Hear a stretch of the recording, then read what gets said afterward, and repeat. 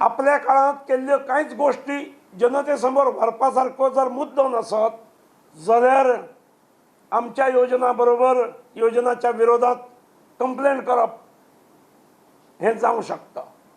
पण म्हाका दिसता ते व्हायोलेशन न्हय. Even in the past I was never projected as CM. Though, however, I became CM and I ran the government for almost more than 2 years.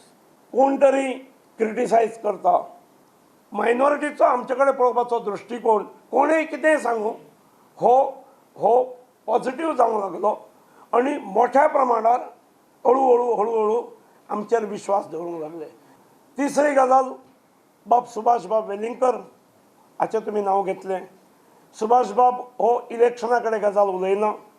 Subhash बाबान सादारणपणे वर्सभर जालें सुरवातीक मनोहर पर्रीकाराच्या विरोधात टाहो आणि नंतर हळूहळू बीजेपीच्या विरोधात. सुरवातीच्या काळात मनोहर कसो वायट आणि लक्ष्मीकांत कसो बरो हेवूय थोडेशे म्हजे भलावण जाली अशाच प्रेसांनी आणि जाहीर सभांनी सुद्धा. पूण लक्ष्मीकांत पार्सेकाराचेरय ताचो कांय परिणाम जालो ना आणि मागीर हळूहळू बीजेपीच नालायक जाली. बीजेपी फटींग जाली ताच्या दृश्टीन आणि मागीर ताच्या पार्टीन नवीन जन्म घेतलो. ती पार्टी बीजेपीक हरोवपाकूच जन्माक आयली. त्या पार्टीन आमी अमके सीट हाडटले अशें केन्नाच सांगूंक ना आणि त्यामुळे जे बीजेपीक हरोवपाकूच जन्माक आयल्यात, ज्यांच्या कडेन आनी उद्दिश्ट कांय ना, ते आमच्या बद्दल बरें कशें उलयतले. तुमी कशी अपेक्षा धरतात? हांव तरी अपेक्षा धरिना. आमचो फुडलो जाहीरनामो जो आसतलो हो टार्गेटींग अनएम्प्लॉयमेंट प्रॉब्लम. 5 वर्सांच्या काळात रोजगारयुक्त गोवा आणि बेरोजगार मुक्त गोवा असो आमचो टार्गेट आसतलो.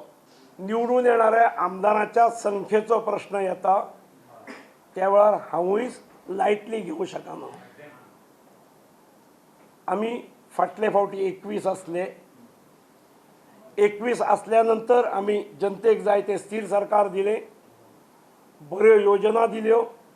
केंद्र सरकारान फाटली 2 वर्सां आमकां बऱ्या पद्दतीन पाठबळ दिलें आणि जनतेची बरो पाठबळ आसा.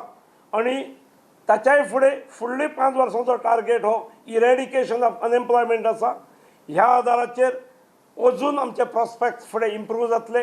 पूण एज ऑन द डे आज सांगता, इलेक्शना आदी 2 दीस म्हाका परत विचारा, age on the day we are 21+.